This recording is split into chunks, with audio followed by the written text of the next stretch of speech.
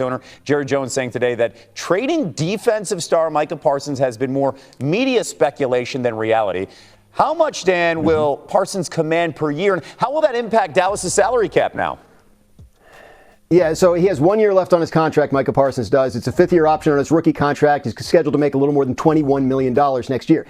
If they sign him to an extension, they likely can knock that number down for next year, but it's going to be a pricey extension. He's 25 years old. At times during his career, he's been thought of as one of the best, if not the best, defensive player in the league. Currently, the highest-paid defensive player in the league is Nick Bosa at $34 million a year. The highest-paid non-quarterback is Justin Jefferson at $35 million a year. That's the ballpark you want to play in if you're Micah Parsons looking for an extension this offseason. The Cowboys, who already have the highest-paid quarterback and one of the top two highest-paid wide receivers, will have a lot of salary cap gymnastics to perform over the next couple of years if, in fact, they're able to get Micah Parsons signed and they have to work around these three massive contracts. Dak and CeeDee Lamb have contracts that can easily be restructured next year for cap relief, but you keep doing that every year, eventually it catches up with you, and the Cowboys are going to have some challenges ahead on that front. Keep kicking the can down the curb. Parsons, by the way, 49 sacks in 60 career games. Graz, thank you so much.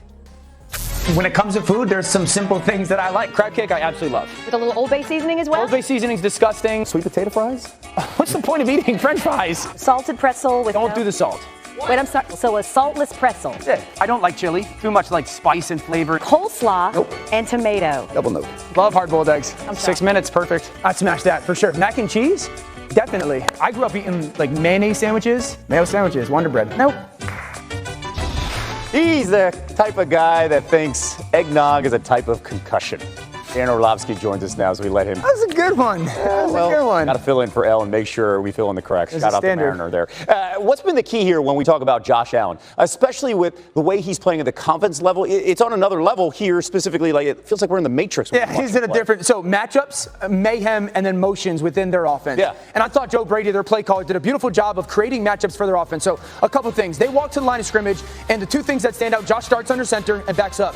Now, if you are a defense and you see them, they come out Buffalo, with one back and two tight ends. That's 12 personnel. So they matched with their base defense, meaning they're going to have bigs all over the field, but the key is two linebackers. Okay, so as an offense, you sit there and go, if you want to play with linebackers and you want to play man-to-man coverage with guy on, safety in the middle of the field, we want to take advantage of a matchup, and you're going to get the motion, little ball fake, and here's what they're going to do. They are going to take a back, Ty Johnson, and leak him out and single him up one-on-one with that linebacker. Now, that backer is actually going to do a good job in coverage, but here's the thing. That's a massive advantage for the quarterback and running back when they know they can get a matchup on a backer. It's a perfect throw from Josh Allen, and the matchup pays off. Then the mayhem.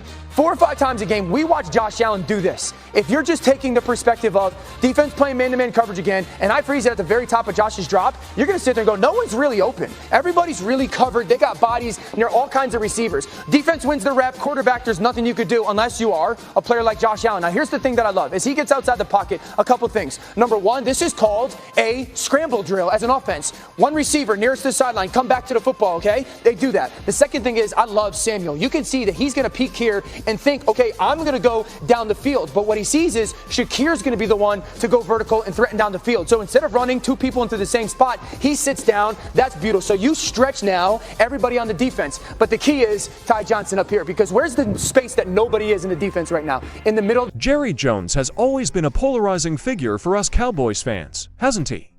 Some of us admire his passion for the team, while others are left frustrated by his decisions. Well, now he's made headlines for all the wrong reasons. Jerry has been named the 2024 Bum Steer of the Year by Texas Monthly. And before you ask, no, that's not a compliment. It's considered their highest dishonor. This award was given for what they call his missteps as owner of our beloved Cowboys, from the team's early struggles this season to the infamous radio threats he made. Yeah, remember that. It seems the spotlight is on Jerry, but not in a good way. What do you think, though? Does Jerry deserve this title, or is it too harsh? Let me know in the comments. Maybe we can even set up a poll to see where fans stand. Let's face it, this season didn't start how we hoped. The Cowboys were barely holding on to playoff hopes early on, and a lot of the blame landed on Jerry and the front office, and honestly, it's hard to argue against it. Remember the lack of aggressive moves in the offseason. Those decisions, or the lack thereof, set us up for a rough start. Then there were the distractions. Jerry threatening radio hosts made headlines, and that bizarre sun glare issue at AT&T Stadium? Come on, how does something like that even happen? It's these moments that make you wonder if the focus is always where it should be, winning football games. But what about you? If you could go back, what would you have done differently this season? Drop your thoughts in the comments. In fact, let's take a vote. What was the biggest blunder? The off-season decisions, the radio drama, or the stadium glare? Let's see what the fans really think. Now, here's where things get a bit tricky. Just when it felt like the season was a complete write-off, the Cowboys have started to show signs of life. Winning 3 of the last 4 games is nothing to scoff at. It feels good, doesn't it? For the first time in months, there's a flicker of hope, but let me ask you this: does it feel real to you? Or does it seem like a short-lived streak? Sure, the wins are great, but they also bring questions. Is this a genuine turnaround, or are we just delaying the inevitable heartbreak? Jerry's been around long enough to surprise us, but consistency has never been his strong suit. That's what makes this so nerve-wracking as a fan. Just when you think things are on track, well, you know how it goes. What's your take? Are we finally turning the corner, or should we brace ourselves for another letdown? Share your thoughts in the comments, and let's vote. Real turnaround or false hope? Here's the big question, my friend. What's next for Jerry Jones and our Cowboys? Being named the bum steer of the year might sting, but let's be real, it's not likely to change Jerry's approach. He's unpredictable, and that's part of what makes being a Cowboys fan so frustrating. And oddly exciting. The offseason is Jerry's chance to make up for his mistakes. Will he finally address the glaring needs on this roster? Or will we see another round of questionable decisions that leave us shaking our heads? It's anyone's guess. What's clear, though, is that the pressure is mounting. Fans are demanding better, and after this season's chaos, Jerry can't afford another misstep. But what about you? If you were in Jerry's shoes, what would be your first move?